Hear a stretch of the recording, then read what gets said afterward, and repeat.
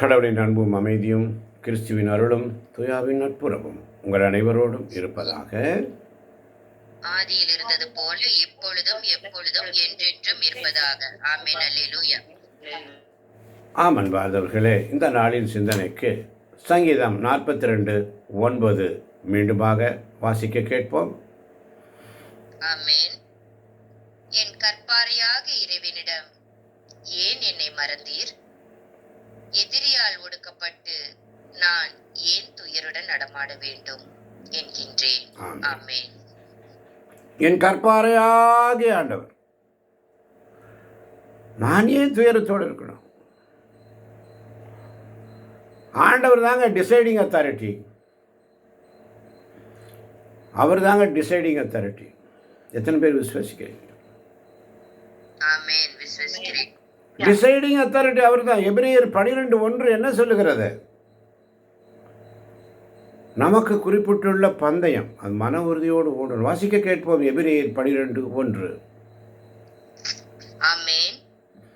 எனவே திரண்டு வரும் மேகம் போல் இத்தனை சாட்சிகள் நம்மை சூழ்ந்து நிற்க, எந்த சுமையும் நம்மை பற்றி கொண்டிருக்கும் எந்த பாவத்தையும் உதறி தள்ளிவிட்டு நமக்கு குறிப்பிட்டுள்ள பந்தயத்தில் மன உறுதியோடு ஓடுவோமாக. நம் வழிகளை ஆய்ந்தறிவோம், ஆண்டவரிடம் திரும்புவோம் என்று நம்ம ஒரு உறுதிமொழி எடுத்தாச்சு. உடனே சொல்றாரு, நம்முடைய வாழ்வின் பாதைகளை தீர்மானித்தவர் ஆண்டவர். Is the only deciding authority. அல்லேலூயா. எபிரேயர் 12:1 சொல்லுகிறது, நமக்கு குறிப்பிட்டுள்ள பந்தயத்தில் மன உறுதியோடு ஓடுவோம், நம் வாழ்வின் பாதைகளை ஆய்ந்தறிவோம், வழிகளை ஆய்ந்தறிவோம், ஆண்டவரிடம் திரும்புவோம். அல்லேலூயா. அப்ப எபிரேயர் 12:2 என்ன சொல்லுகிறது? ஆமென். நம்பிக்கையை தொடங்கி வழி நடத்துபவரும் அதை நிறைவு செய்பவருமான இயேசுவின் மீது கண்களை பதிய வைப்போம். அவர்கள் அடையவிருந்த மகிழ்ச்சியின் பொருட்டு இழிவையும் பொருட்படுத்தாமல் சிலுவையை ஏற்றுக்கொண்டார். இப்போது கடவுளது அரியணையின் வலப்பக்கத்தில் வீற்றிருக்கிறார். ஆமென். வாழ்வின் பாதையை தீர்மானிக்கிறவர் நமக்கு குறிப்பிட்டுள்ள பந்தயத்தில் மனம் ஓடும் பொழுது அவர் பார்த்துக் கொள்வார். ஆமன் பாதர்களே, மத்தேயு நற்செய்தி 14:22 வாசித்து பாருங்கள். சீடர்களை தமக்கு முன் அக்கறைக்கு செல்லுமாறு அவர் கட்டாயப்படுத்தினார். விடுதலை பயணம் 14:1-2 வாசித்து பாருங்கள். கடல் அருகில் பாளையம் இறங்கும்படி அவர்களிடம் சொன்னார். தேவனுடைய தீர்மானம். விடுதலை பயணம் 14:15 என்ன சொல்லுகிறது? ஏன் என்னை நோக்கி அழ வேண்டும்? ஆமென். ஆண்டவர் மோசேயை நோக்கி, ஏன் என்னை நோக்கி அழ வேண்டும்? முன்னோக்கி செல்லும்படி இஸ்ரேல் மக்களிடம் சொல். ஆமென். ஏன் என்னை நோக்கி அழ வேண்டும்? முன்னோக்கி செல்லும்படி இஸ்ரேல் மக்களிடம் சொல். நான் ஏன் துக்கத்தோடு தெரியணும்? இப்ப இயேசுவிடம் கொடுக்கப்பட்ட பாத்திரம் என்ன? சிலுவை சாவு. இப்ப இயேசுவின் ஜெபம் என்ன? கசப்பான பாத்திரம். அதான் அவர்கிட்ட கொடுக்கப்பட்டது. நம்முடைய வாழ்க்கையிலும் கசப்புகள் வரும். கசப்பு மிகு அனுபவத்தை நலமாக மாற்றுகிறவர்.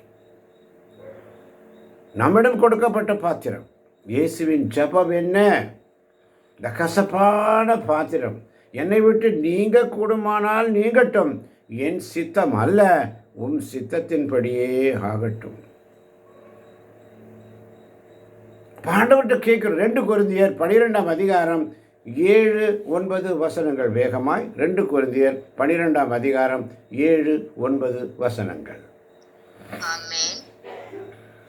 எனக்கு அருளப்பட்ட ஒப்புயர்வற்ற வெளிப்பாடுகளால் நான் இருமாப்பு அடையாதவாறு பெருங்குறை ஒன்று என் உடலில் தைத்த முள் போல் என்னை வருத்திக் கொண்டே இருக்கிறது. அது என்னை குத்தி கொடுமைப்படுத்தி சாத்தான் அனுப்பிய தூதனை போல் இருக்கிறது. நான் இருமாப்படையாதிருக்கவே இவ்வாறு நடக்கிறது. ஆனால் அவர் என்னிடம், என் அருள் உனக்கு போதும், வலுவின்மையில்தான் என் வல்லமை நிறைவாய் வெளிப்படும் என்றார். ஆமென். ஆமேன் ஆமேன். என் பலவீன நேரங்களில் கர்த்தர் என் ஜெயமானிரே. என் சோதனை வேளைகளில் கர்த்தர் என் ஜெயமானிரே. ஆராதனை உமக்கே, ஆராதனை உமக்கே. அப்பா பிதாவே என்றைக்குமே ஆராதனை உமக்கே. அப்பா பிதாவே என்றைக்குமே ஆராதனை உமக்கே. என் கற்பாரியாகிய ஆண்டவரே, நான் ஏன் துக்கத்தோடு தெரிய வேண்டும்?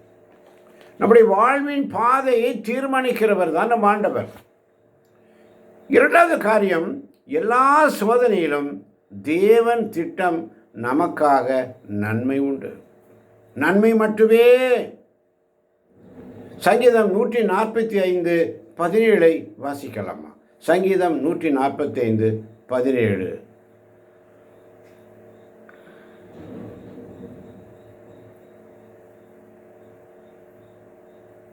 ஆமென். ஆமென். ஆண்டவர் தாம் செய்யும் அனைத்திலும் நீதியுடையவர். அவர் தம் செயல்கள் யாவும் இரக்க செயல்களே. ஆண்டவர் தாம் செய்யும் அனைத்திலும் நீதியுடையவர். அவர் தம் செயல்கள் யாவும் இரக்க செயல்களே. ஆமென். சங்கீதம் 23:4 எடுத்து வைத்துக் கொள்ளுங்கள். அனைத்திலும் நீதியுடையவர், எல்லா வழிகளிலும் அவர் பெரியவர், கர்த்தர் நல்லவர். அல்லேலூயா. அல்லேலூயா. இப்போ சங்கீதம் 23:4 என்ன சொல்லுகிறது? ஆமென். மேலும் சாவின் இருசூழ் பள்ளத்தாக்கில் நான் நடக்க நேர்ந்தாலும் நீர் என்னோடு இருப்பதால் எத்தீங்கிற்கும் அஞ்சிடேன். உம் கோலும் நெடுங்கழியும் என்னை தேற்றும். மேலும் சாவின் இருசூழ் பள்ளத்தாக்கில் நான் நடக்க நேர்ந்தாலும் நீர் என்னோடு இருப்பதால் எத்தீங்கிற்கும் அஞ்சிடேன். உம் கோலும் நெடுங்கழியும் என்னை தேற்றும். ஆமென். அவருடைய கோடும் நெடுங்கடியும் நம்மை தேற்றும். எல்லா வழிகளிலும் அவர் பெரியவர், அனைத்திலும் அவர் நீதியுடையவர். எல்லா சோதனையிலும் தேவனுடைய திட்டம் நமக்கான திட்டம். நன்மை உண்டு, நன்மை மட்டுமே. அதனால தான் எரேமியா 29:11 சொல்லுகிறது, நல்வாழ்வின் திட்டம், நான் உங்களுக்காக வகுத்திருக்கும் திட்டங்கள் எனக்கு தெரியும் அன்றோ. அவை நலமான நல்வாழ்வின் திட்டங்களே அன்றி கேடு விளைப்பதற்கான திட்டங்கள் அல்ல. நல்வாழ்வின் திட்டம் தான். இப்போ அவர் நமக்கு ஒரு சோதனை வருகிறது, துன்பம் வருகிறது, பாடுகள் வருகின்றான், அங்கே ஏதோ ஒரு நல்லது நடக்க போகுது. அல்லேலூயா. ஏதோ ஒரு நல்லது நடக்க போகுது. அதனால தான் எங்கிருந்து உதவி வரும்? விண்ணகத்திலிருந்து உதவி. அவர் அனுமதிக்காமல் எதுவும் உனக்கு நடக்காது. என்னை மறவா இயேசுநாதா, உந்தன் தயவால் என்னை நடத்தும். என்னை மறவா இயேசுநாதா, உந்தன் தயவால் என்னை நடத்தும் என்று சொல்லி அவர் அனுமதிக்காமல் எதுவும் நடக்காது. தேவ பிள்ளைகளே, எல்லாவற்றையும் அவர் அனுமதிக்கிறார். யோவான் நற்செய்தி 19:10-11 வேகமாய், நேரம் குறைவாக இருக்கிறது. யோவான் 19:10-11. அப்பொழுது பிலாத்து, என்னோடு பேச மாட்டாயா? உன்னை விடுதலை செய்ய எனக்கு அதிகாரம் உண்டு. உன்னை சிலுவையில் அறையவும் எனக்கு அதிகாரம் உண்டு என்பது உனக்கு தெரியாதா என்றான். இயேசு மறுமொழியாக, மேலிருந்து அருளப்படவிடில் உமக்கு என் மேல் எந்த அதிகாரமும் இராது. ஆகவே என்னை உம்மிடம் ஒப்புவித்தவன் தான் பெரும் பாவம் செய்தவன் என்றார். ஆமென். ஆமென். வேறொரு சத்தமாய் வாசிக்கலாம். ஆமென். அப்போது பிலாத்து, என்னோடு பேச மாட்டாயா? பிலாத்து, என்னோடு பேச மாட்டாயா? உன்னை விடுதலை செய்யவும் எனக்கு அதிகாரம் உண்டு. உன்னை விடுதலை செய்யவும் எனக்கு அதிகாரம் உண்டு. உன்னை சிலுவையில் அறையவும் எனக்கு அதிகாரம் உண்டு. உன்னை சிலுவையில் அறையவும் எனக்கு அதிகாரம் உண்டு என்பது உனக்கு தெரியாதா? என்பது உனக்கு தெரியாதா?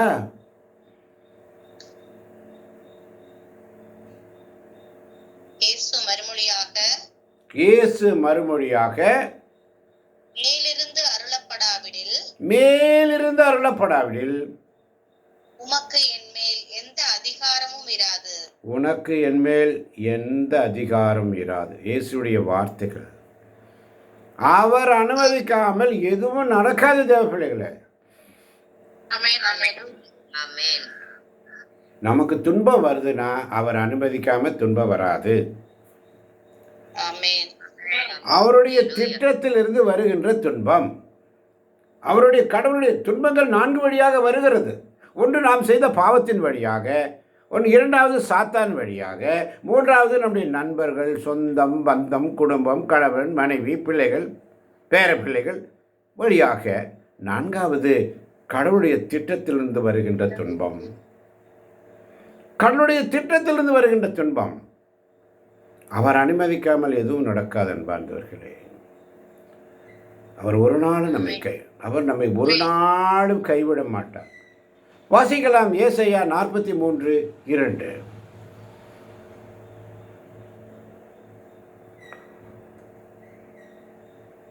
ஏசாயா 43:2 வேகமாய். வழியாக நீ செல்லும் போது நான் உன்னோடு இருப்பேன். ஆறுகளை கடந்து போகும்போது அவை உன்னை மூழ்கடிக்க மாட்டா. தீயில் நடந்தாலும் சுட்டெரிக்கப்பட மாட்டாய். நெருப்பு உன்மேல் பற்றி எரியாது.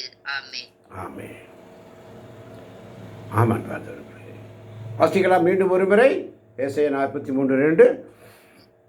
நீர்நிலைகள் வழியாக நீ செல்லும் போது நீர்நிலைகள் வழியாக நீ செல்லும் பொழுது நான் உன்னோடு இருப்பேன். ஆறுகளை கடந்து போகும்போது அவை உன்னை மூழ்கடிக்க மாட்டா. தீயில் நடந்தாலும் சுட்டெரிக்கப்பட மாட்டாய். நெருப்பு உன்மேல் பற்றி எரியாது. அல்லேலூயா. நான் ஏன் துக்கத்தோடு திரிய வேண்டும்? எனக்கு துன்பம் விளைந்து என்னுடைய நன்மைக்கு. ஆமன் வாழ்ந்தவர்களே, ஒவ்வொரு நாளும் அவருடைய சமூகத்தில் காத்திருக்கின்ற என் அருமை தேவச்சனமே, ஒரு முடிவு, ஒரு தீர்மானம். நீ எதை குறித்தும் கவலைப்படாத. எல்லாவற்றை குறித்தும் நீ சமாதானமாயிரு. எல்லாவற்றையும் குறித்து நீ சமாதானமாயிரு. அவர் பார்த்துக்குவார், அவர் வழி நடத்துவார். யாருக்கும் வேதனையா, நெருக்கடியா, இன்னலா, இடரா, சாவா, பயப்படாத. நான் உன்னோடு இருக்கிறேன். உன்னை ஆசீர்வதிக்கவே நான் உன்னோடு இருக்கிறேன். உன் முதுமை வரைக்கும் நான் அப்படியே இருப்பேன். நானே உன்னை சுமப்பேன், நானே உன்னை வழி நடத்துவேன் என்று சொன்னவர், இதோ உலகம் முடியும் பரியந்தம் நான் உன்னோடு இருக்கிறேன் என்ற வாக்கு தத்தம் நம்மேல் இருக்கும் பொழுது எதிரிகளால் ஒன்றும் செய்ய முடியாது. எந்த எதிரிகளாலும் ஒடுக்கப்பட்டால் உன் மீது எவனும் கை வைக்க முடியாது. உனக்கு முன்பதாக அவன் எதிர்த்து பேச முடியாது. ஆண்டவர் ஒடுக்குவார். அல்லேலூயா. யூதாசை குறித்து ஆண்டவர் சொன்ன வார்த்தை, ஐயோ என்னை காட்டி கொடுப்பவனுக்கு ஐயோ. என்னை காட்டி கொடுப்பவனுக்கு ஐயோ, அவ்வளவுதான் சொன்னார். யூதாஸ்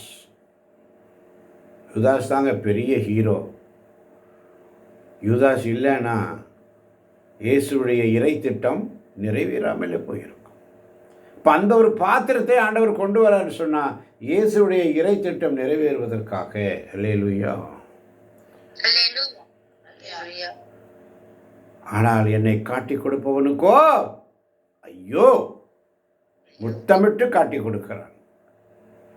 இந்த தவ காலத்தில் யூதாசு தான் அதிகமாக பேசப்படுவார்.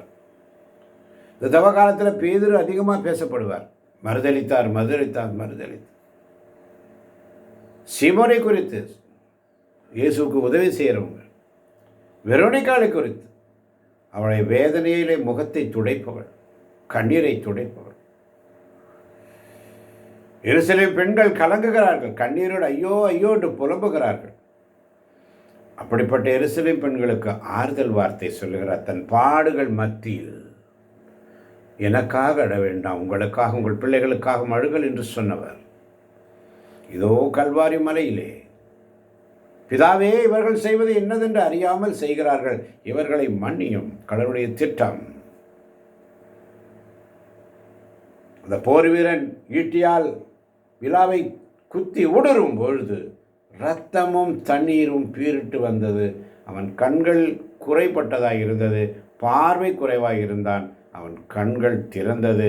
பார்வை பெற்றவுடன் அவன் மனம் மாறி ஆண்டவரை பின்தொடர்ந்து ஒரு சீடனாக மாறினான் என்று வேதம் சொல்லுகிறது. அல்லேலூயா. இவர் உண்மையிலே இறைமகன் என்று விசுவசித்தார். அவனுடைய அகக்கண்கள் திறக்கப்பட வேண்டும். நம்முடைய அகக்கண்கள் திறக்கப்படும். தொடும் என் கண்களையே உம்மை நான் காண வேண்டுமே, இயேசுவே உம்மை நான் காண வேண்டுமே. தொடுவேன் ஆண்டவரே, தொடுமென் ஆண்டவரே, தொடும் என் வாழ்வினை. இயேசுவே உம்மை போல் என்னை மாற்றுமே என்று சொல்லி, அதனால்தான் 1 கொரிந்தியர் 10ஆம் அதிகாரம் 13ஆம் வசனம் மிக அழகாக சொல்லும். 1 கொரிந்தியர் 10ஆம் அதிகாரம் 13ஆம் வசனம். ஆமென். உங்களுக்கு ஏற்படுகின்ற சோதனை பொதுவாக மனிதருக்கு ஏற்படும் சோதனையே அன்றி வேறு அல்ல. கடவுள் நம்பிக்கைக்குரியவர். அவர் உங்களுடைய வலிமைக்கு மேல் நீங்கள் சோதனைக்குள்ளாக விடமாட்டார். சோதனை வரும்போது அதை தாங்கிக் கொள்ளும் வலிமையை உங்களுக்கு அருள்வார். அதிலிருந்து விடுபட வழி செய்வார். ஆமென். மீண்டும் ஒரு முறை சப்தமாய் வாசிக்கலாமா? ஒருவர் வாசிக்க, ஒருவர் ரிப்பீட் பண்ணுங்க. ஆமென். உங்களுக்கு ஏற்படுகின்ற சோதனை பொதுவாக மனிதருக்கு ஏற்படும் சோதனையே அன்றி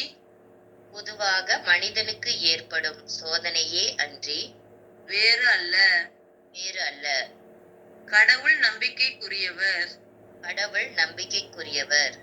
அவர் உங்களுடைய வலிமைக்கு மேல் நீங்கள் சோதனைக்குள்ளாக விடமாட்டார். சோதனை வரும்போது அதை தாங்கிக் கொள்ளும் வலிமையை உங்களுக்கு அருள்வார். அதிலிருந்து விடுபட வழி செய்வார். ஆமென். வேறு சோதனை அனுமதிக்க மாட்டார். தாங்கிக் கொள்ளும் வலிமையை உங்களுக்கு தருவார், தப்புவிப்பார். ஆமென். தப்புவிக்கிறவர். தடைகளை மாற்றுகிற, தடைகளை உடைத்தீனையா, தள்ளாட விடவில்லையே, சோர்ந்து போன நேரமெல்லாம் தூக்கி என்னை எடுத்து காத்து தினம் நடத்தினீரே, நன்றி நன்றி ஐயா, கோடி கோடி நன்றி ஐயா.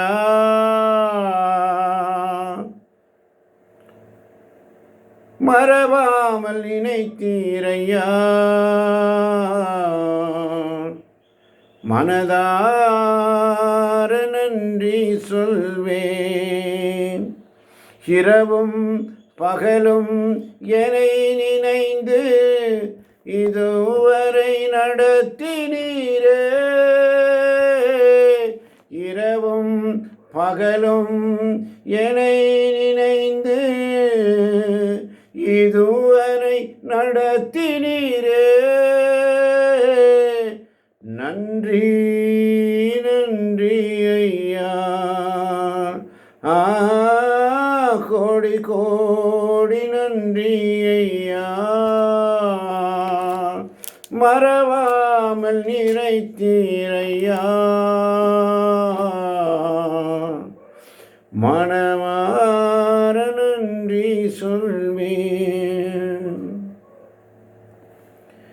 அதனால தான் 1 பேதுரு 3:7 மிக அழகாக சொல்லுகிறது, அவ்வாறே திருமணமான ஆண்களே உங்கள் மனைவியர் வலு குறைந்தவர்கள் என்பதை நீங்கள் உணர்ந்து அவர்களோடு இணைந்து வாழுங்கள்.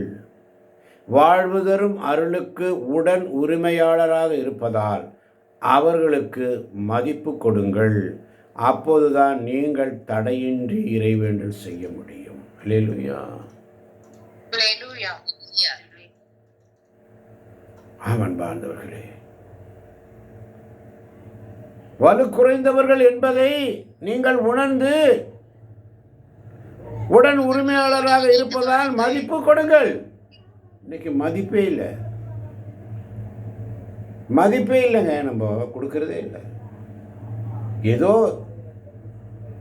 ஏதோ ஒரு மிஷன் வேலை, சம்பளம் இல்லாத வேலைக்காரன், சம்பளம் இல்லாத வேலைக்காரி 24 மணி நேரம் குடும்பத்தில் வேலை செய்கிறாங்க.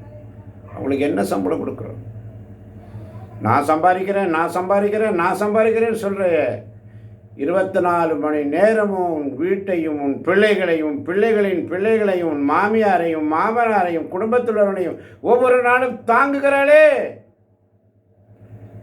அவளுக்கு என்ன சம்பளம் கொடுப்ப? நீ எத்தனை சம்பளம் கொடுத்தாலும் பத்தாது, எத்தனை சம்பளம் கொடுத்தாலும் பத்தாது.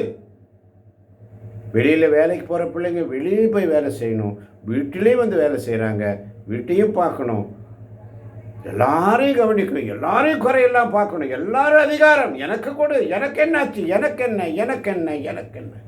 சித்திரவதை இன்னைக்கு பிள்ளைகள் குடும்பங்களில், கொடுமை. வாழ்வு தரும் அருளுக்கு உடன் உரிமையாளராக இருக்கிறார்கள் என்பதை உணர்ந்து அவர்களுக்கு மதிப்பு கொடுக்கும்படி ஆண்டவர் இன்னைக்கு சொல்றார். அப்போதுதான் நீங்கள் தடையின்றி எல்லா காரியம் செய்ய முடியும், ஊழியம் செய்ய முடியும், உன் வேலையை ஒழுங்காக செய்ய முடியும், உன்னுடைய இடத்துல ஒழுங்காக உன்னுடைய மேல் அதிகாரத்துக்கு நீ உண்மையாக இருக்க முடியும். இல்லாட்டி போன இடமெல்லாம் நீ அவமானப்படுவாய், அங்கே உனக்கு நிம்மதி இருக்காது, எல்லாத்துலேயும் வீழ்ச்சி தான் இருக்கும், அசிங்கப்பட்டு அவமானப்பட்டு துரத்தப்படுவாய். மறந்து போனாயோ? ஆண்டவர் அனுமதிக்கிறார் சில காரியங்களை. அன்பார்ந்தவர்களே, தேவனுடைய திட்டம் நிறைவேறும். அதனால தான் 2 கொரிந்தியர் 12ஆம் அதிகாரத்தில் 7 முதல் 10 வரை வசனங்களை நம்ம முதல்ல பார்த்தோம். 7ஆம் வசனத்தை வாசிக்கலாம். 2 கொரிந்தியர் 12ஆம் அதிகாரம் 7ஆம் வசனம். எனக்கு அருளப்பட்ட ஒப்புயர்வற்ற வெளிப்பாடுகளால் எனக்கு அருளப்பட்ட ஒப்புயர்வற்ற வெளிப்பாடுகளால் நான் இருமாப்பு அடையாதவாறு பெருங்குறை ஒன்று என் உடலில் தைத்த முள் போல் என்னை வருத்திக் கொண்டே. பெருங்குறை ஒன்று என்ற உள்ளத்துல தைத்த முள் போல குத்திட்டே இருக்கு. அல்லேலூயா அல்லேலூயா. அதனால தான் எரேமியா 42:6 சொல்லுது, எங்களுக்கு பிடித்தாலும் பிடிக்காவிட்டாலும் நாங்கள் என் கடவுளாக ஆண்டவரின் குரலுக்கு செவிசாய்ப்போம். எத்தனை துன்பங்கள் உன்னை குத்திட்டு இருந்தாலும் வேதனைப்படுத்தினாலும் என்ன இருந்தாலும், எங்களுக்கு பிடித்தாலும் பிடிக்காவிட்டாலும் நாங்கள் எம் கடவுளாகிய ஆண்டவரின் குரலுக்கே செவிசாய்ப்போம், அவரிடமே நாங்கள் உம்மை அனுப்பி வைக்கிறோம் என்று எரேமியா தீர்க்கதரிசி சொல்லுவோம். அதனால தான் எம் கடவுளாகிய ஆண்டவரின் குரலுக்கு நாங்கள் செவிசாய்க்கும் பொழுது எங்களுக்கு நன்மையே விளையும். ஆமென் ஆமென். எங்கள் கடவுளாகிய ஆண்டவருக்கு ஆண்டவரின் குரலுக்கு நாங்கள் செவிசாய்க்கும் பொழுது எங்களுக்கு நன்மை தான், எங்களுக்கு தீமை வராது. நீயே சுற்றி தெரியணும். அல்லேலூயா. நீ அவர் சமயத்தில் சரண்டர் ஆயிட்ட, எவனும் உன்னை தொட முடியாது. எந்த மனிதனும் உன்னை முன்னால் எதிர்த்து நிற்க மாட்டான். வீழ்ந்து போவான். அந்த வீழ்வு வரும்போது தான் தெரியும், கிடக்கும்போது தான் தெரியும். நாதி இல்லாமல் கிடக்கும்போது தான் தெரியும் அந்த வேதனை. இப்போ தெரியாது. இப்போ உடல் பூரா நல்ல கொழுப்பு, ரத்தம், நல்ல குடி, போதை, சாப்பிட்டு நல்ல ஸ்ட்ரென்த்து, எனர்ஜி எல்லாம் இருக்குது. ஒடுங்கி நிற்ப, கூடி குறுகி நிற்ப, முடியாமல் நிற்ப. அந்த நேரத்தில் நினைப்ப. அப்போ தெரியும் உனக்கு. இல்லாத போது தெரியும். இருக்கும்போது, கண் இருக்கும்போது அதனுடைய அருமை தெரியாது. கண் இருக்கும்போது அதனுடைய அருமை தெரியாது. உதாசீனப்படுத்துவது, அசிங்கப்படுத்துவது, வேதனைப்படுத்துவது, அடிப்பது, உதைப்பது, கேவலப்படுத்துவது. இன்னைக்கு பெண்கள் அவமானப்படுத்தப்பட்டு, அசிங்கப்படுத்தப்பட்டு, துன்புறுத்தப்பட்டு எல்லா கடமையும் செய்கிறாங்க. எல்லாம் செய்வாங்க. சாப்பிட்டாங்களா சாப்பிடலான்னு கூட கேட்குறதுக்கு நாதி இல்லை. காசு மட்டும் போதுமா? காசு பணம் இருந்தால் போதுமா? அத்தனையும் செஞ்சு ஆள்கிறவள் பெண் தான், குடும்ப தலைவி. நல்ல மனைவி தன் வீட்டை கட்டுவாள். பொம்பளை இல்லைன்னா வீடு நாசம், தாய் இல்லைன்னா வீடு நாசம். அதை உணராமலே இன்னைக்கு திரிகிறார்கள். ஆண்டவர் சரியான நேரத்தில், சரியான இடத்துல, அதனதன் காலத்தில், ஏற்ற காலத்தில் அதனதற்குரிய பலனை அவர் தருவார். தரும்பொழுது, அவர் தரும்பொழுது, அதனால தான் நாங்கள் என் கடவுளாய் ஆண்டவர் குரலுக்கு நாங்கள் செவி சாய்க்கும் பொழுது எங்களுக்கு நன்மையே, எங்களுக்கு தீமை வராது. எத்தனை பேர் விசுவசிக்கிறீங்க? அதான் எரேமியா 42:10 சொல்றாரு பாருங்க. நீங்கள் இந்த நாட்டிலேயே தொடர்ந்து குடியிருந்தால் நான் உங்களை கட்டி எழுப்பவனே அன்றி அழித்தொழிக்க மாட்டேன். ஆமென். ஆமென். இந்த நாட்டிலேயே, இந்த கூகுள் மீட், இந்த இறைவேண்டல் வீட்டிலேயே, இந்த ஊரிலேயே, இந்த வீட்டிலே, இந்த குடும்பத்திலேயே தொடர்ந்து நீ ஆண்டவருக்கு ஊழியம் செய்யும் பொழுது நான் உங்களை கட்டி எழுப்புவேனே அன்றி அழித்தொழிக்க மாட்டேன். அழித்தொழிக்க மாட்டார், கட்டி தான் எழுப்புவார். பயப்படாத. ஆண்டவரின் குரலுக்கு நாங்கள் செவிசாய்க்கும் பொழுது எங்களுக்கு நன்மையே. நான் ஏன் சுற்றி தெரிய வேண்டும்? தேவ திட்டம் நிறைவேறும். தேவ பிள்ளைகளை, மற்ற காரியங்கள் சரியாக வேண்டும் என்று இல்லை. நம் குறைகளோ பலவீனமோ காரணம் இல்லை. ஆபிரகாம் சாராள் வயது நிரம்பிய போது திட்டம் அங்கிருந்து வருவது. அல்லேலூயா. அதனால தான் அந்த வசனத்தை தொடர்ந்து ஒருவர் வாசிக்க, ஒருவர் ரிப்பீட் பண்ணுங்க. நிலை நாட்டுவேனே அன்றி நீங்கள் இந்த நாட்டிலேயே தொடர்ந்து குடியிருந்தால் நான் உங்களை கட்டி எழுப்புவேனே அன்றி அழித்தொழிக்க மாட்டேன். நிலை நாட்டுவேனே அன்றி பிடுங்கி எறிய மாட்டேன். ஹல்லேலூயா. ஏனெனில்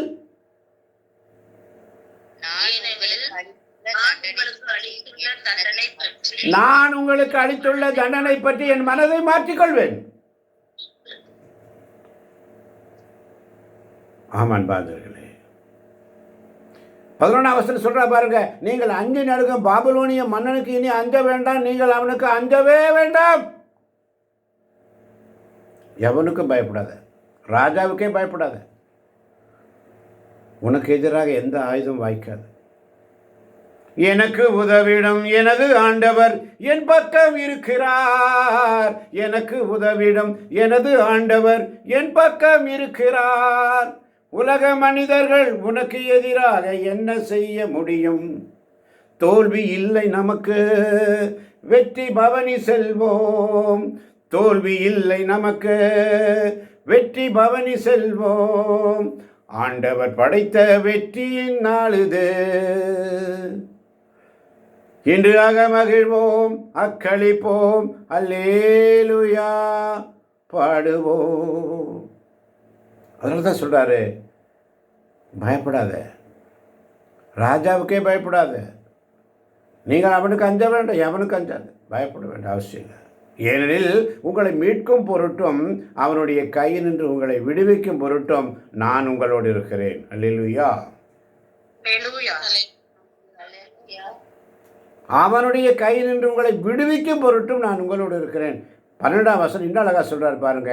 நான் உங்களுக்கு இரக்கம் காட்டுவேன், அவனும் உங்கள் மீது மனம் இறங்கி உங்கள் சொந்த நாட்டுக்கே நீங்கள் திரும்பி வர செய்வான். அல்லேலூயா.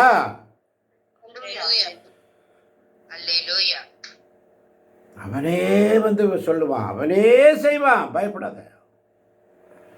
வசனம் தெளிவாக இருக்கு. ஆனால் நீங்கள் வாசிக்கலாம் 13ஆம் வசனத்தை.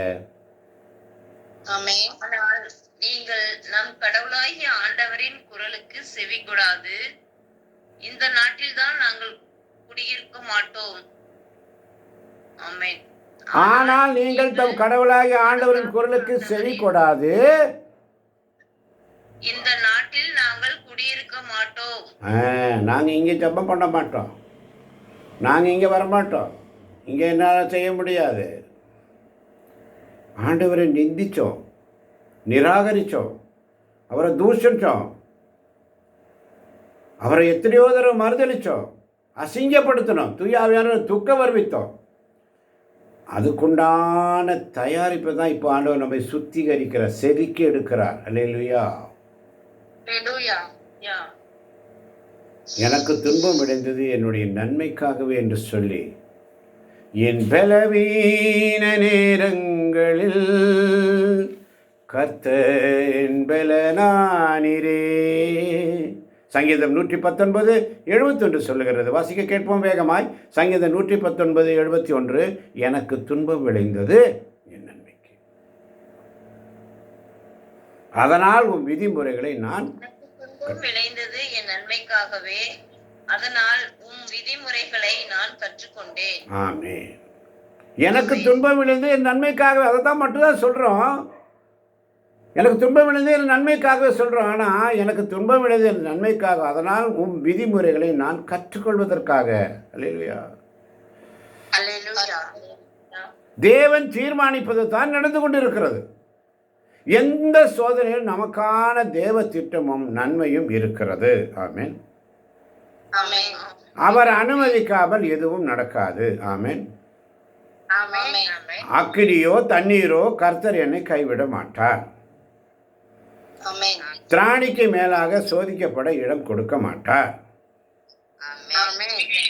தேவ திட்டம் நிறைவேற இந்த பிரச்சனை மாற வேண்டும் என்ற அவசியம் கிடையாது.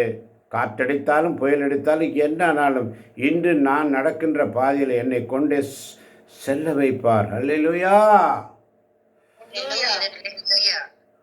சங்கீதம் 119:72 மிக அழகாக சொல்லும். சங்கீதம் 119:72. திருவாய் மலர்ந்த சட்டம் ஆயிரக்கணக்கான பொன் வெள்ளி காசுகளை விட எனக்கு மேலானது. மறுபடியும் வாசிமா சத்தமா.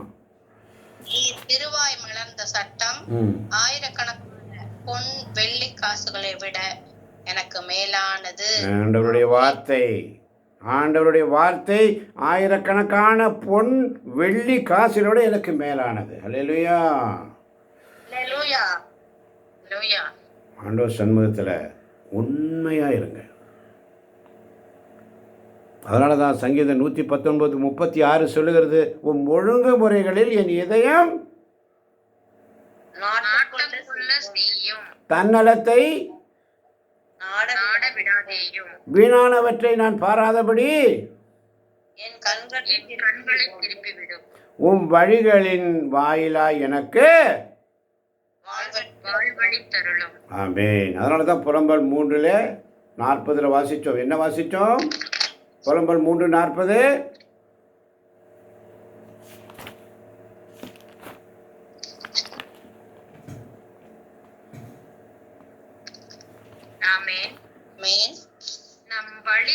ஆய்ந்தறிவோம், ஆண்டவரிடம் திரும்புவோம். அவ்வளோதான். ஆமென்.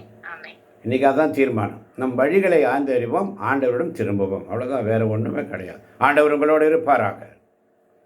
ஆன்மாவோடு இருப்பதாக.